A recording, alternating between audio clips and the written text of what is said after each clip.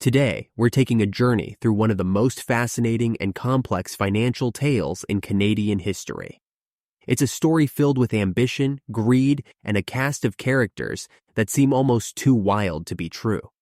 So, grab your coffee, sit back, and let's unravel the saga of public money, private greed, the Greymac, Seaway and Crown Trusts affair.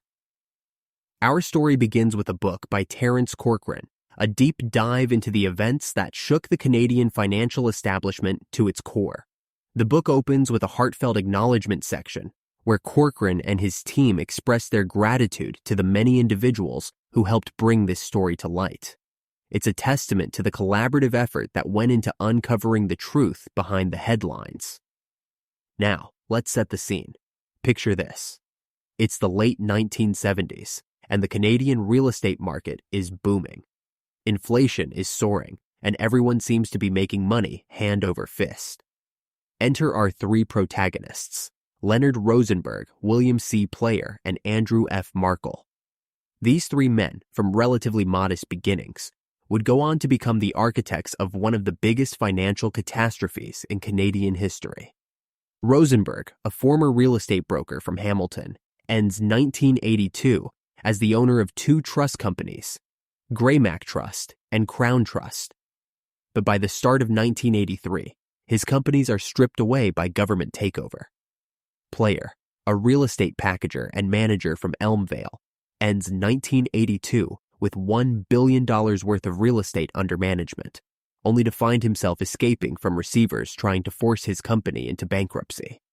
And then there's Markle, a minister's son and former school teacher from Stayner, who owns a group of small-town newspapers and is the sole common shareholder of Seaway Trust, the fastest-growing trust company in Canadian history.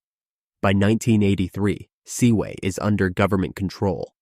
These three men, through the purchase and financing of the biggest real estate transaction in Canadian history, a $500 million deal for thousands of Toronto apartment buildings, participated in a political and financial disturbance that rocked the Canadian financial establishment.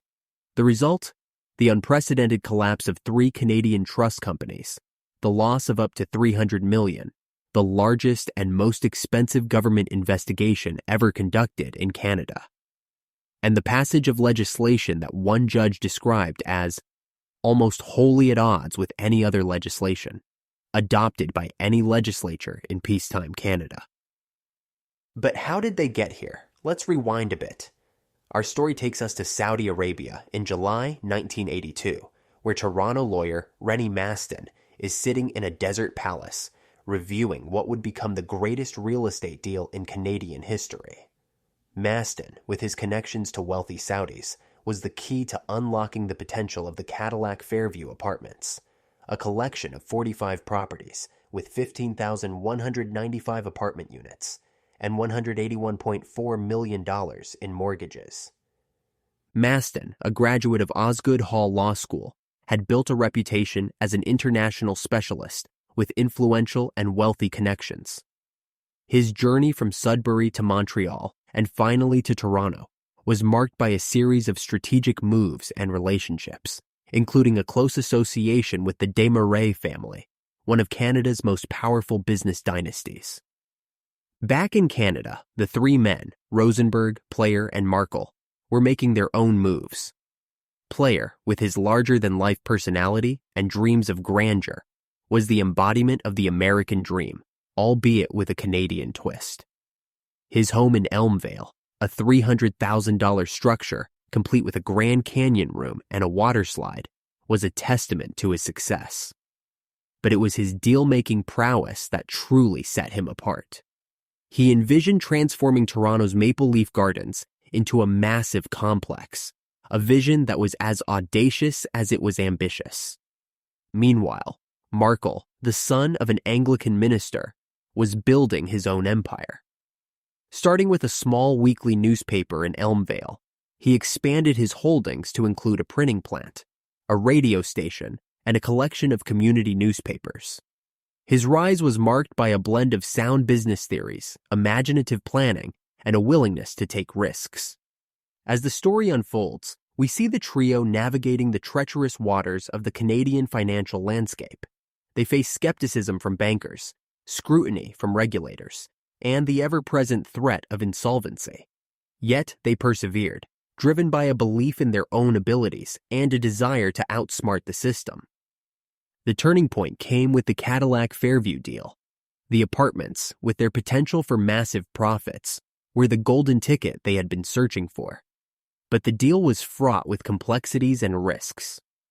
The apartments were subject to rent control, and the trio's plan to sell them to Saudi investors hinged on a series of intricate financial maneuvers. The book delves into the details of the deal, highlighting the role of appraisers and the nebulous nature of real estate valuation. It also explores the controversial lending practices of Seaway Trust, particularly the financing of Player's MURB projects. The trust company's reliance on appraisals and the lack of clear definitions of value in trust legislation created a situation ripe for exploitation. As the story progresses, we see the trio's fortunes rise and fall.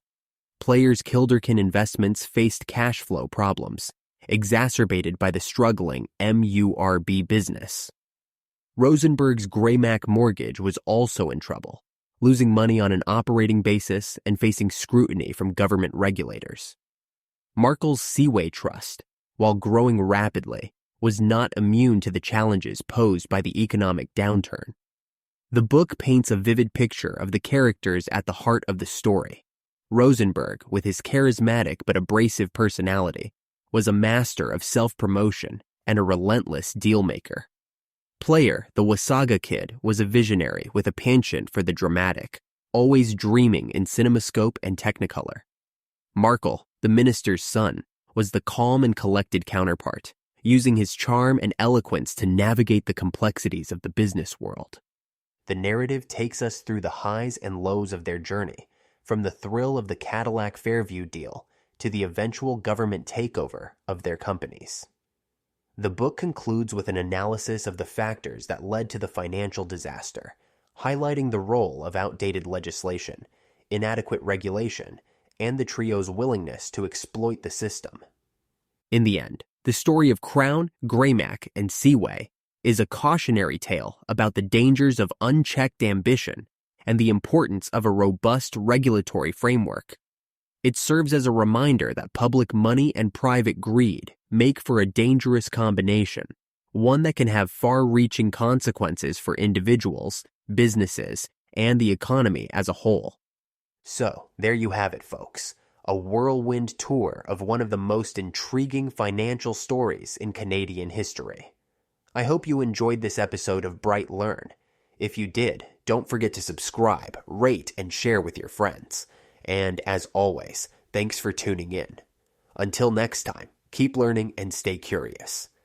This has been a BrightLearn video from BrightLearn.ai on the book Public Money, Private Greed, The Greymac, Seaway, and Crown Trusts Affair by Terence Corcoran.